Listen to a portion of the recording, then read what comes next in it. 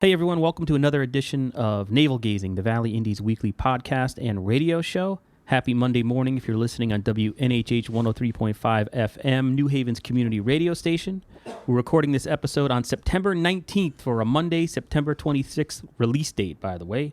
My name's Eugene Driscoll. I'm joined by my co-host, Ethan Fry. Hey now. Hello, Ethan. Hello, how are you? You skipped ahead of my script. You said hello before this part where I said hey now, yeah. So we're both reporters from valleyindy.org, a nonprofit online newspaper. And today we're continuing our discussion of Connecticut's 104th State Assembly District.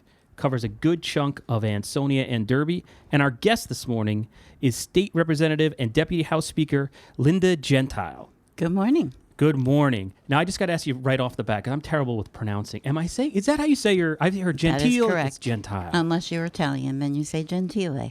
Oh, there we go. Okay, there's a third way. Thank you so much for taking the time You're very welcome. to join us this morning. So let's talk about Connecticut state politics. You were up for re-election. That is correct. And you were first elected to state office in 2004, succeeding Vin Tanucci. That's right. From what A I was dear told. friend of mine. Who's also a Democrat. Yeah, he's a character. And he's got like the greatest name in politics. You know, that guy, he was born to be a politician. With Tanucci. Right, yeah. In 2008, just quickly going through your background for our listeners, you were reelected by 87% of the vote. Mm-hmm. And then the last time you won reelection by something like 1,700 votes. So, and this is maybe me editorializing, those were sort of cakewalks for you. The opposition wasn't all that. I'm not meaning to disparage the opposition, but the campaigns, it wasn't a real threat or challenge. Mm-hmm. But there's things that are perhaps maybe different this time. And I was thinking specifically about two things, one happening on the state level and one happening on the national level. Governor Malloy in June, his approval rating was poor, something at like 24%. Mm-hmm. And then on the other end of the spectrum, you have Donald Trump is the Republican candidate for president. And at least judging from our Facebook page, and that's I have no idea if this is actually, we haven't done any data, we don't have any pollsters working for us. But he seems to have support in the Valley.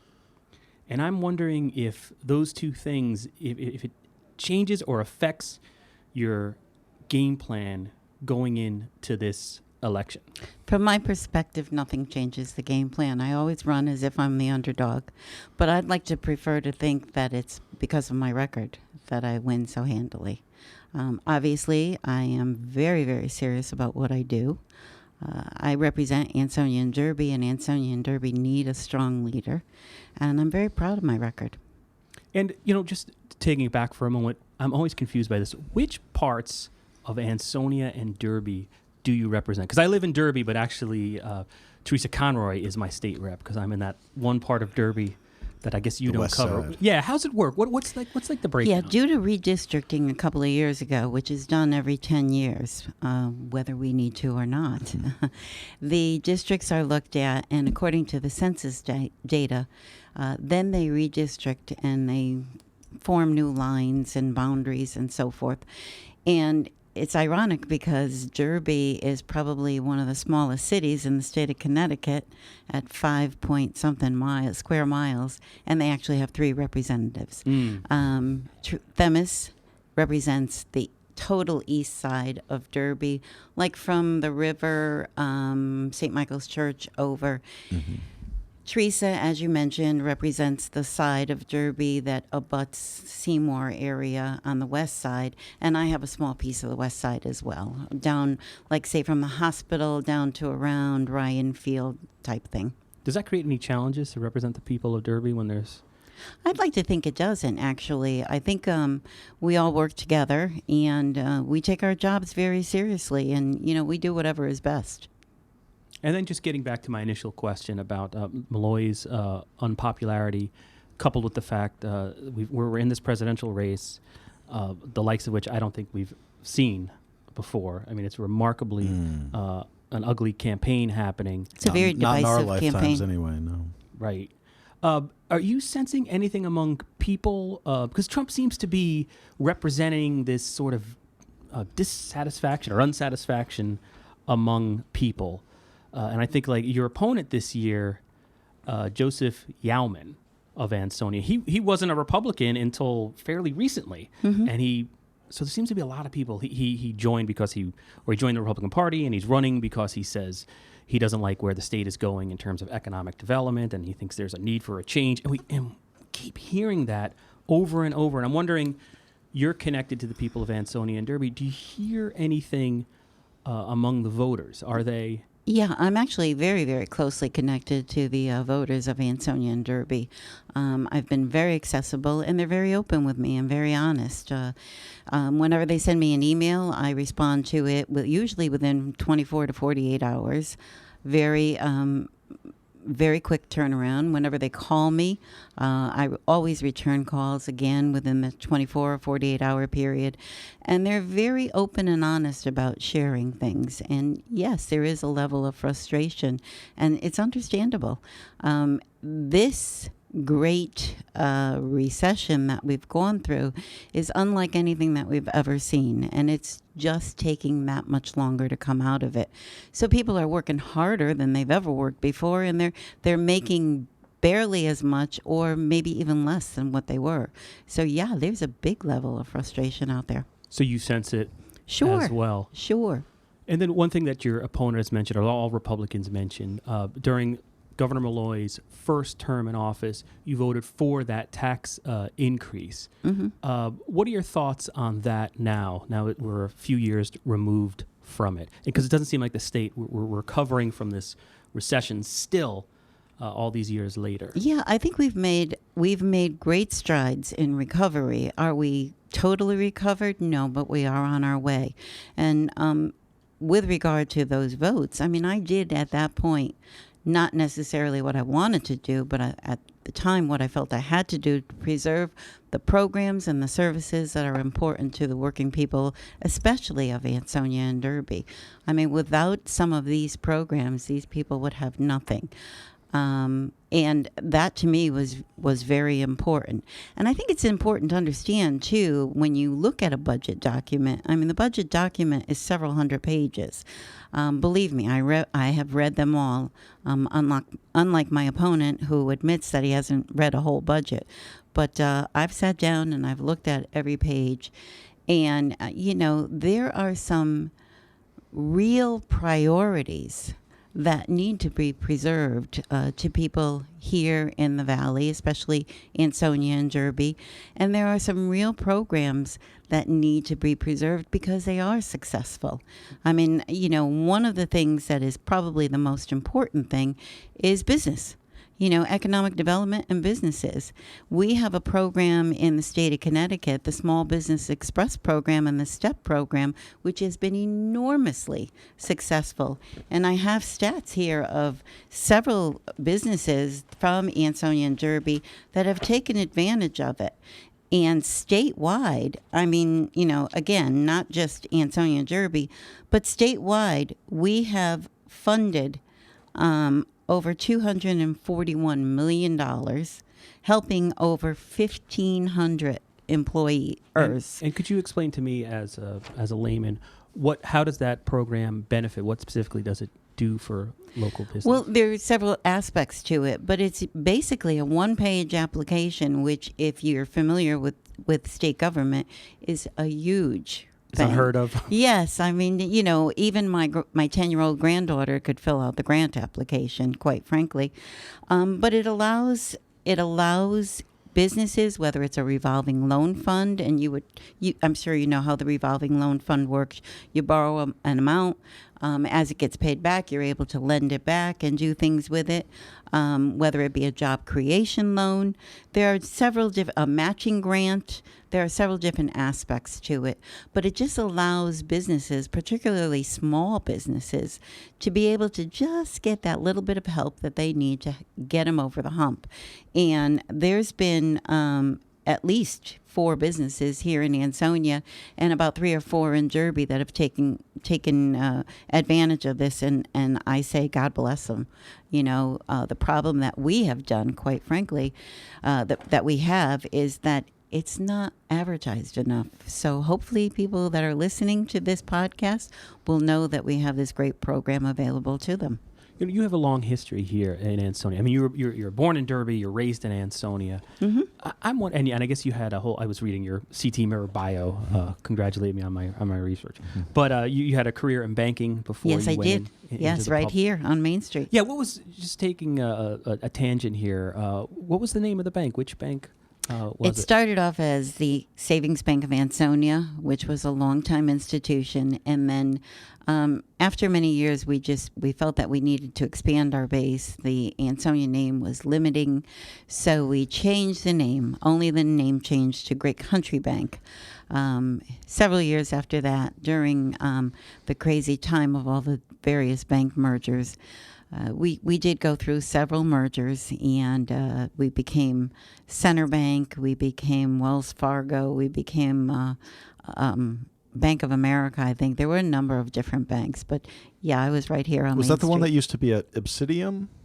Like way back in the day? Way back in the day, Okay, yeah, a 'cause long time ago. We wrote a story about there was like a bank riot there back Beautiful in like building. 1916. Yeah. Yeah. Must have an office there. And it was basically across the street. in Where this Wells Fargo direction. is now. Right. Where yeah. Wells Fargo is now, What yes. type of work did you do in the bank? I started off as a teller and then worked my way up into management. And then from there, you transitioned into public service. What was your first job? I did actually, and that was a result of all of the mergers. I just, I had almost 20 years in banking. I was offered a package and took advantage of it. Went back and finished my education, received my degree, and went into public service. And what was your first job in the public sector? Actually, I actually was a sessional employee for Senator Crisco while I was going to school, and that kind of got me interested in the state level of politics. And then I was hired by former Mayor Delavolpe in his administration. And I worked for him until I got elected. What was your position under Mayor Delavolpe's administration? Government liaison, chief of staff. I did a little bit of everything. And then, taking into account all that experience, what is the biggest challenge in terms of economic development, specifically to Derby and Ansonia? It seems like we're almost sort of unique in the challenges we face in terms of the old factory buildings, brownfields, transportation. I guess I'm answering the question and trying to answer it. Sorry, but you have the experience. You know much better than I. Well, I think part of the challenge is, more and more businesses are finding that they want to be in the centers. They want to be in the cities. So it becomes very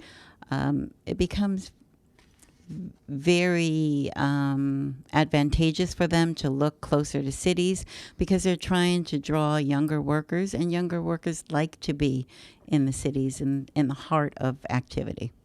So that's one of the challenges. How do we overcome something like that? I think we just need to keep on working, continuing marketing ourselves. I mean, let's look at Ansonia and Derby. We're right off of Route 8. We're right off of Route 34. We have a rail line with transit-oriented development. Those are things that are really important. And, I think it's just a matter of, you got to keep out there. You got to keep promoting and keep doing it. And the more you do it, the more likely it is to come in. And then we wanted to, then switching gears here, we wanted to talk about the judge's decision that recently came down in terms of education funding. And I'll throw it over to Ethan, who's our local education expert. Sorry. Trying to set you up. I don't know how to help do us. Basically last month, Judge Malkisher handed down a decision. Mokauser. Oh, I'm sorry. I wouldn't even attempted to say it was a good try. In a long pending education funding lawsuit that pretty much, his decision pretty much served as a 90-page indictment of the public school system as it is now. Late last week, Attorney General George Jepsen announced he would appeal the ruling, which will delay the judge's 180-day deadline to the General Assembly to come up with a way to fix schools.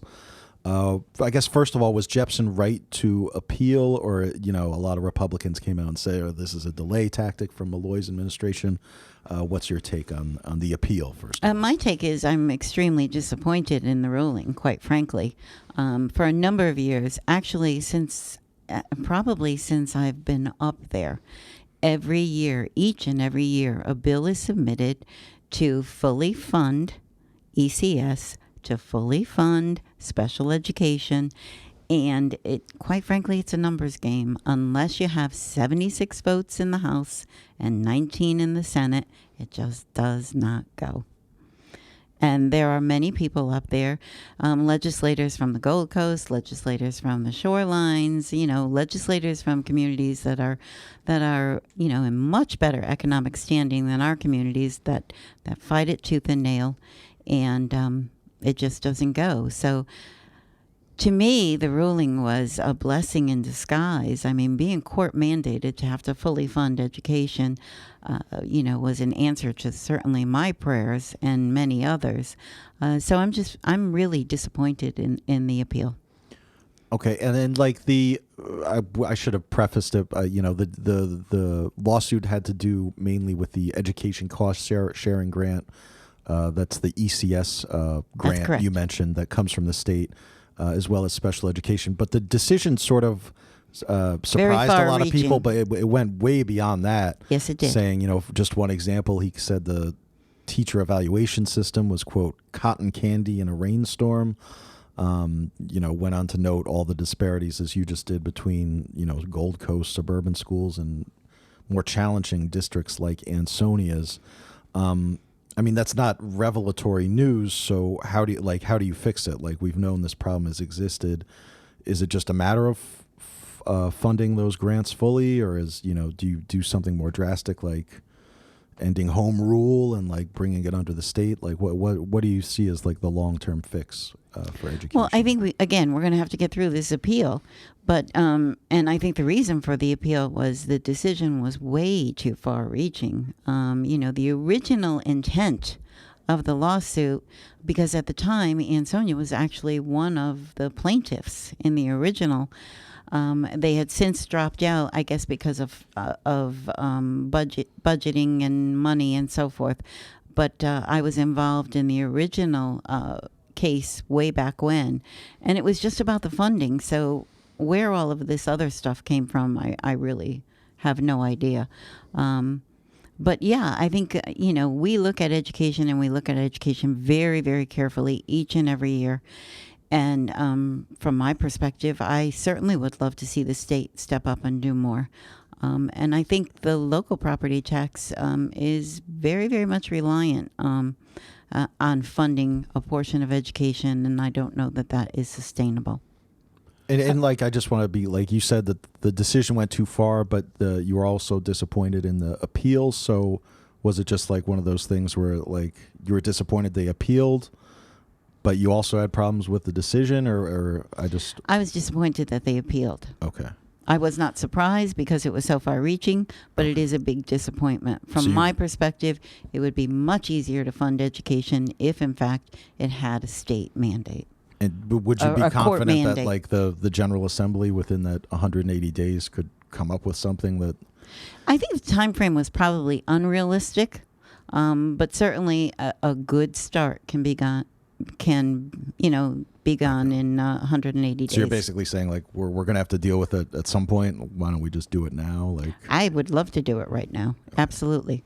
What's been happening behind the scenes since that decision came down? It was not that I know anything, but I was shocked. I thought, because we always hear Ansonia officials, school officials, they've been talking about that lawsuit now every chance they get, to the point where it's guys, you think it's never going to come on. Yeah, and I've worked very closely with our local Board of Education, so I know that they were putting a lot of eggs in that basket, and it is a big disappointment to them. They're happy that the lawsuit, they viewed it as it kind of went in their favor because it's going to change the formula. Yes, absolutely. The original decision, but the appeal is a big disappointment to them, and I can't blame them for that. And what are lawmakers doing now, since in the last week or so, since it's come down? Is anything happening? Are you talking amongst yourselves about how you're going to deal with this order? Sure. Sure. We're going to be looking at it very, very closely. There's a number of things that we're going to be looking at for the next session. As a matter of fact, there's going to be a Democratic leadership press conference tomorrow. It's going to be done at Goodwin College. And I guess I could give you a couple of hints there, but then I'd have to kill you. So you're going to have to wait for that. Well, this will broadcast next Monday. That was a joke for anybody listening. Oh, yeah, nowadays, yeah, right. Well, we understood that. But Ethan, stop crying. The representative is not going to kill you. You need a safe space. I wanted to ask you, I'm sorry, were you done there? Yes.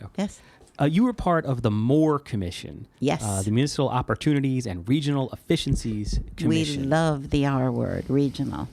Well, yeah, that's what I wanted to ask you about, because our business is here in Ansonia, and I live in Derby, and the school issues are funding things like special education, and just like you said, we rely on the property tax so much, and we have 2 WPCAs and 2 police departments and different transportation systems to take the kids to the school, and yet we're so close. Did anything come out of that commission specifically that's going to maybe save us money by? Yeah, there's been several initiatives actually that came out of that commission, and I'm glad you brought that up because we love the R word. As you probably know, Speaker Sharkey, that was one of his babies to begin with, and then when he moved up in leadership, he actually put me as chair of Planning and Development, which is the committee of cognizance that really was doing all of the regional initiatives. And I have to tell you, I just want to thank my opponent for giving a shout out the other day to the regional education bill. That was one of my bills, actually, that came out of Education Committee. We had proposed it, making it easier for school districts like Ansonia and Derby to be able to combine regional services within the school district. We are not necessarily at the point where we're going to combine the whole school system, but we can combine things like the back office functions, the administration functions, the ordering functions, things like that. That was one of my bills, which was made a committee bill, came out, and we did pass that. There are a number of initiatives, too. Originally, I forgot how many economic development areas that we had in the state of Connecticut. There might have been like 15 or something. We've narrowed those down. We've increased the size of them, and we've narrowed them down to about 6 in the state now. So that was a regional initiative. And as you well know, we've regionalized the COGS, Council of Governments, where, again, their area is much larger, and it just makes more sense. And it's things like this that we're going to continue to work on. I'm working on a proposal for a senior respite care facility. That team has taken the initiative to do the original application along with Ansonia, Derby, and Seymour. Those are all things that we can look at. Things like equipment for public works. I mean, is it necessary for Ansonia and Derby, and yes, even Seymour, to have 3 or 4 street sweepers? Maybe we only need 2. And we alter the times that we sweep our streets. We've already done it with a dog pound. We did something with the dog pound. And yeah, I think you're going to see that it's going to keep popping up more and more and more because it just does not make sense to fund 169 initiatives. It's not feasible to keep on doing it. It's not sustainable. And what was the team project you had mentioned? A respite or what? Yeah, it's actually a daycare center for seniors. Oh, God! And the senior or the community center in Seymour they're talking about? Yes, we're looking at the community center. We're working very closely on that, and we've actually got all of the local Valley delegation on both sides of the aisle. We're working together very closely on that in a bipartisan way to get this done. And that's the way I've always done business in Hartford. I mean, that's the only way you're going to get anything done. I'm very, very, very proud of my bipartisan efforts. I can cross over to the aisle anytime. And there are there are more times than not that I get support on the Republican side of the aisle just as much as I get on the Democratic side of the aisle, and I'm very proud of that. Mr. Fry. I was just going to, as a follow-up, you talked about that bill to help consolidate education, but I don't know, it seems that like when the rubber actually meets the road in a lot of these conversations, like they just go nowhere. I remember, must have been in 2012, that there was a meeting between the two, school administrations, I guess, over in Derby, and there was like, it was a productive meeting, but at the end of it, they basically said, well, like the Derby teachers contract, they have higher pay than the Ansonia teachers contracts. So like then it just sort of like there was no follow-ups. There was no, like nothing ever came of it. And I'm just wondering like that bill exists and it makes it easier is great. But like it doesn't seem like there's the political will. How do you get buy-in on the local level? Because I know yeah. the Derby School District prior to the current superintendent had floated, they had a subcommittee of their Board of Ed set up, and they had floated the idea of combining Irving and Bradley because the smallest city in the state has two schools, same elementary schools, 1.2 miles apart. And the resistance was from the parents in the two schools. Yeah. They wanted nothing to do with it. And even the dog pound thing, there was people in Seymour who fiercely opposed to that. So, I mean, it just seems... But I think you have to start there's small. going to be opposition to everything. But. Right, absolutely. And I don't... They're challenges, and I think they can be overcome. And I think you start small. I mean, if you start with things like admin functions and ordering functions, I mean... who's opposed to that? That doesn't hurt anybody. And once you find efficiencies, cost efficiencies, and savings in that, then people are more likely to listen. And the other thing that we've talked about for a long time, and I just secured over $1 million to do a feasibility report and an engineering report, is the WPCA. I mean, we have a $50+ million brand new facility, less than, just slightly over a mile away. Derby is under order from the federal government and the state government to do something. Now, can we treat each other's water? Maybe. Can we handle the storm water drain off? Maybe. Some say yes, some say no, but you don't really know until you get an engineering report on it, and that's what this engineering report will do. And I think that's a win-win for everybody. I know I just paid my $270 user fee or builder fee or whatever they call it to Ansonia. And, Derby's being hit with all kinds of taxes and so forth. I think our residents and our taxpayers would welcome something like that. Now, I know from covering Derby and covering some of these WPCA meetings, there was a lot of resistance internally, perhaps off the record or unattributed. There was fierce resistance to that because that what you're talking about, that study had been on the table for a while. I think it was announced under former Mayor Della Volpe, and it was one of those things that sort of went out into the... Yeah, if I could interrupt you for a minute. Ahead, it was announced, but it was never funded and it was never officially done.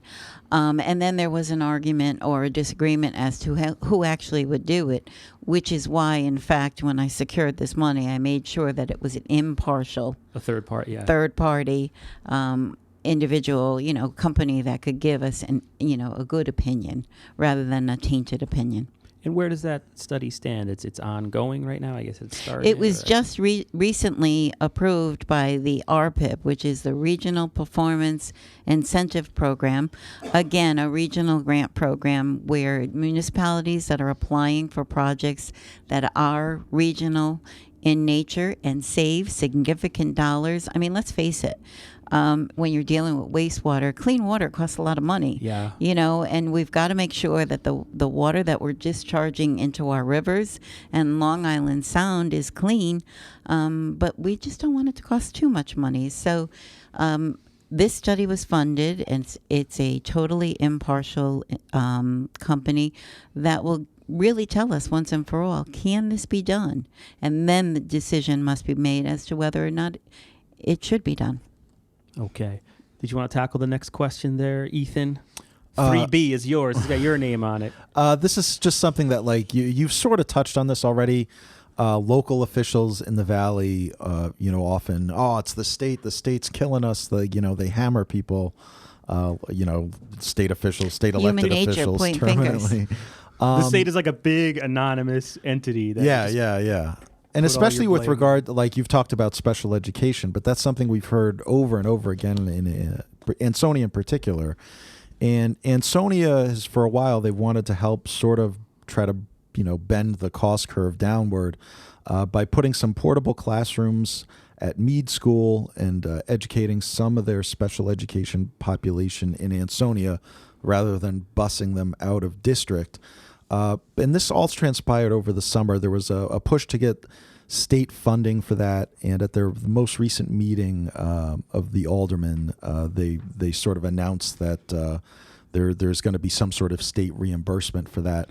But just in the whole run up to it, I guess was there confusion over like getting the paperwork done for that? Because I remember there was an email over the summer where you basically said that Joe Crisco and I get yelled at for saying the state's letting us down, but then when we actually try to go to bat for you, the city can't get the paperwork in time. So I just wanted to the paperwork was submitted. The paperwork is all done, and I'm happy to say ironed out. I'm happy to say that as I sit here in front of you today, yes, the Ansonia schools are getting 6 portable classrooms, that the funding was secured by myself and Senator Crisco, and those classrooms will be coming.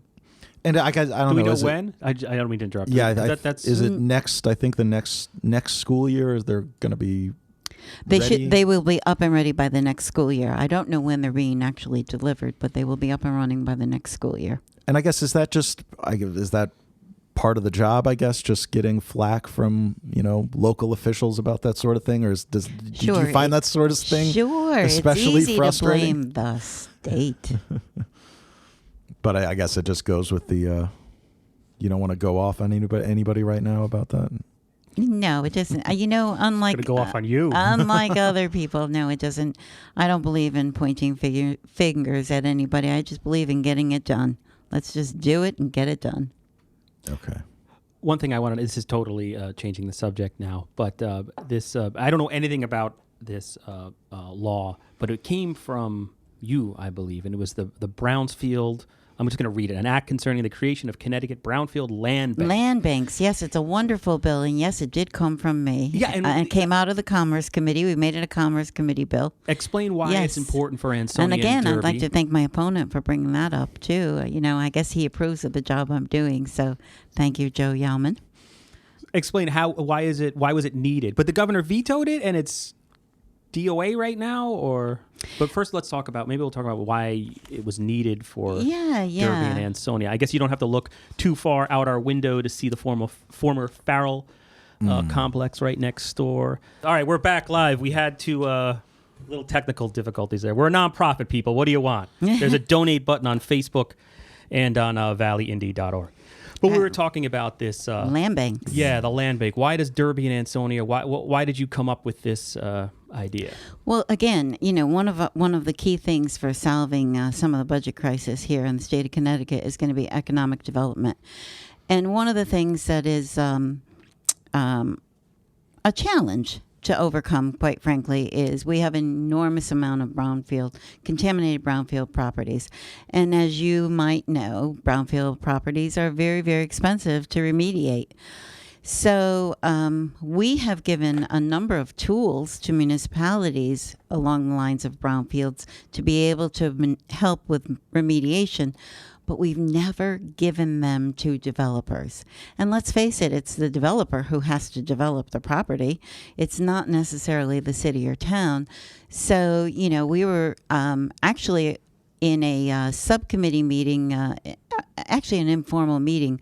A bunch of us were talking, and I said, well, why can't we just give developers the same toolbox and the same tools that we give to municipalities, and it would make it easier for them to do remediation and an incentive to buy a piece of property and remediate it. And everybody on the committee said, yeah, that's a great idea. Let's do it. And it came out of committee. And I was very proud of that bill. I don't know why, quite frankly, the governor vetoed it. But again, I will say that I was very disappointed in the veto, and I absolutely intend to bring that bill back. Yeah, and if anyone goes online, I'd recommend you go to ctmirror.org, and on the right-hand side, you can find your local legislator, and there's links to this bill where you can read the whole thing from the government website, and it's an extensive bill. So it is very extensive, there was some but time again, and it thought does out. a lot for the developers to be able to remediate these properties and bring them back to life and put them on the tax rolls. What was the government The other thinking? thing that we did, and again, I've been involved in brownfields, quite frankly, since my time working for the mayor, and it actually is kind of a passion of mine. So I really believe in these bills to help us remediate and develop these properties that we have. But another bill that we passed that, goes hand in hand with this, again, going back to developers, you talk about the Ansonia copper and brass property, that's 40 some odd acres. Let's face it, unless you're a developer with unlimited access to capital and cash, that's a big nut to crack. But, again, in a brainstorming session and just chatting about some of these things, again, I said, look, why do we have to have them develop or remediate every single bit of that piece? Why can't we do it in segments, in a partial? So, if you purchase the 40-acre site, but you're only going to develop these 5 acres here, let's remediate that. Allow them to do that. And then, maybe they do another 4 acres over here. Well, let them do that as well. Eventually, the whole parcel gets cleaned. But in the meantime, you're building your grand list and you're collecting taxes. That just makes sense. And get rid of eyesores. Some of these buildings are falling apart. Come on, that's a no-brainer. Have you talked to the governor or his office or anybody about why he would veto that bill? I think the Mirror mentioned something about the state was worried about a loss of revenue. Yeah, according to the Mirror, it said Malloy said he supported the bill's intent, but it could have resulted in millions of dollars in lost revenue to the state. I don't know. I guess whether that would involve like forgiving taxes or so. I don't know what it doesn't go into like the details. I would respectfully disagree with the opinion. I guess that's what I need to say. I'm not so sure that it would be millions of dollars in lost revenue, but I would like to rather look at it and say that it could be millions of dollars in revenue to our cities and states. So, there again, and that's less need for the state to provide funding in terms of grants and so forth to city and states if they're building, developing these properties and allowing this to happen. I wanted to ask you a Derby question, even though this might not, the way you explain the district, it might not well, you're involved anyway. The Route 34 widening and the downtown redevelopment project there, do you play any role in trying to sort of crowbar these things into action? I know the Route 34 is going to happen, but it always seems to be, and I know I'll get yelled at by public officials, it always seems to be a little bit delayed. It seems like whenever we check on it, it's always a little bit more down the road. You know where it is? My involvement only to the extent that when they look for public input and so forth, we usually will comment or, suggest that it be done with little disruption as possible to the flow of traffic. Let's face it, 34 is a very heavily traveled route. And you just have to be sensitive to people who are commuting back and forth to work, people commuting, to whatever.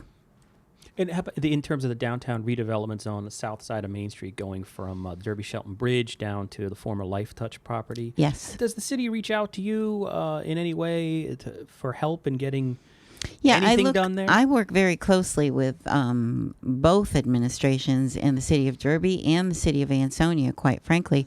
And they're always reaching out for whether it's money for a feasibility study, money for economic development, or whatever. And I'm very proud of what I've been able to bring into the district. It isn't always easy, and I think I've been pretty successful at it. So that's another one I was thinking as you were listing some of those. And the other one in Derby is the parking garage. We need money to fix our crumbling parking garage. I guess it's a long list of to-dos and a wish list in Derby. So the next couple of questions, Ethan, go at it. You're over there checking CT Mirror, fact-checking me? I just got an alert. What's his name from the Today Show? You make him look like Matt Lauer. You're way ahead of him. You fact-check on the spot. Well, okay. Something else we wanted to ask you about, an act extending the municipal property tax relief to retired volunteer firefighters. Oh, that was mine. I didn't know if that was existing or if that's a new state law.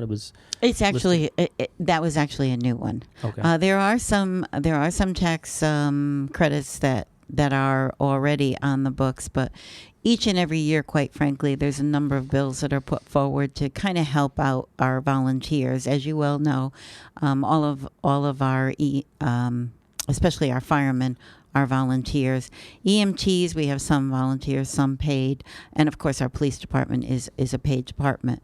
But again, with the number of hours and the commitment that they have to the community, it's in my mind and many legislators on both sides of the aisle up in Hartford, we need to provide something for our volunteers. And every year there's tax credits that are put forward.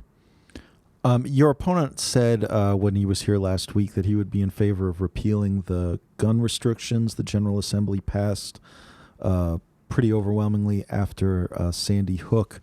You voted for the measures, so I'm assuming you wouldn't repeal them. Are they good as is? Should they have gone further? Any comment? Yeah, I would like to comment on that. This is very, very, very personal to me. I don't know if you guys are aware of it or not, but several years ago, right after the Gabby Giffords tragedy, I received a threat to myself from a local Ansonia resident. I was under a full protective order because there was a cache of weapons in his house, including submachine guns, Uzis, a closet full of military-grade ammunition and so forth. So I'm very sensitive when it comes to guns. My life was threatened. And, okay, my life, I chose this life and I will deal with it. But what concerned me most about that is, as you probably know, I take my grandchildren with me whenever possible to whether it be a ribbon cutting or to speaking engagements, whenever practical and whenever possible. And it suddenly hit me that I could be putting their lives in danger, and that to me was totally unacceptable.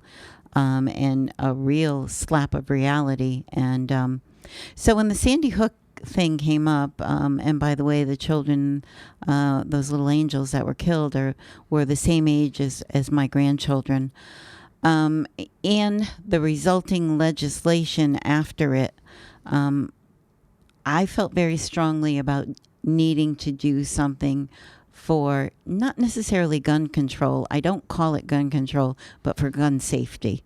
And from my perspective, I think the ban on the high capacity clip was a good thing. I know my opponent said that there was no data as to whether or not that works or not, but I would beg to differ. And even if there was no empirical data, I mean, it stands to reason that if you have to take 30 seconds or 20 seconds or 40 seconds to reload, that's 30 seconds that somebody can hide and save. And if you've saved one life, then to me, it's well worth it. So I think what we did was a bipartisan compromise. The caucuses were combined. We worked together. And I'm very proud of that. And many tears were shed from both sides of the aisle. I mean, you saw legislators just holding each other up and embracing each other. And I think I'm very proud of what we did. And I don't think it went too far. I think we need to be reasonable about it. I don't necessarily favor gun control. I respect people's Second Amendment right, but I do favor gun safety. Okay. And he also, as long as we're on your opponent for a second, he also issued a debate challenge last week. He wants to debate you 3 times. Will there be any debate in the 104th District this year? Debating 3 times is just not physically possible. I mean, that, there's less 50-something days to election, and that's not possible. And quite frankly, from my perspective, other than a federal election, I don't see that there's any good in debating. You can go to a venue and, I can stack the audience, he can stack the audience, and a moderator can ask questions, but are those really the questions that are on your voters' minds? Sometimes I think not. Obviously on a federal level, it's much different. It's impossible to reach out to each and every voter. But in a district like this, I say go right to the people. I am all in favor of knocking on that door, ringing that bell, and talking directly to my voters in the comfort of their home, right on their own doorstep. Although I'm a little bit handicapped now with a bum foot, so I don't know how many I can reach, but I'm still going to be out there trying. That's for sure. Okay. Well, I'm a little surprised at that answer, only because I don't know when you knock on a door, do they ask you, or does a resident ask you about brownfields or? Sure. They may not necessarily know what brownfield is, but they have no problem saying, hey, Linda, while you're here, what's happening down in Ansonia, Copper and Brass? And then you talk to them about it, and you explain, what a brownfield is, and they understand the contamination, but they don't know process. Mm-hmm. So yeah, absolutely, they don't have any problem talking about it at all. At least none that I've been made aware of. Because the thing about these debate questions, people always on the state level, they approach us to sponsor debates, and we don't have the resources nor time nor expertise on the state issues to host any of these. So I don't even know in these days with the newspaper consolidating and all the media stuff whether anybody could even put one of these together. But would you just appear like in the same room with them in front of reporters and just talk back and forth? I guess as a member of the I've done that already. I mean, when you're on the campaign trail, your paths are going to cross. I have no problem being in the same room with them, answering questions. Absolutely not. Okay, because I was thinking like when somebody, I our live in paths Derby cross all the time. People knock on my door, but I might, I may ask a politician a question, but it would be beneficial to have both people give answers because. No, when I'm knocking on doors, I get questions about what's happening at Ansonia, Copper and Brass. I get, here's another thing too. I mean, obviously people confuse and confuse the line and get a little bit discombobulated about, what's state, what's federal, what's local, and so forth. But you help them out a lot with that too. And you can sit down and you can explain, what the state covers, what the city covers, what the federal government covers. I was just out knocking on a door last week, as a matter of fact, up by Prendergast School, and an elderly gentleman was having a problem with his Social Security. We talked for a while. Well, it became very clear to me that his problem was a federal problem, but I was able to contact Rosa DeLauro's office, and that's being worked out. So yeah, people are not afraid of speaking up. At least in my experience, they're not, and I'm grateful for that, because then I know exactly what's on their minds, and I work for them. Okay. As we close this out, is there anything that you wanted to touch upon that perhaps we're not asking you that you wanted to tell our listeners? Sure. Any news you want to break?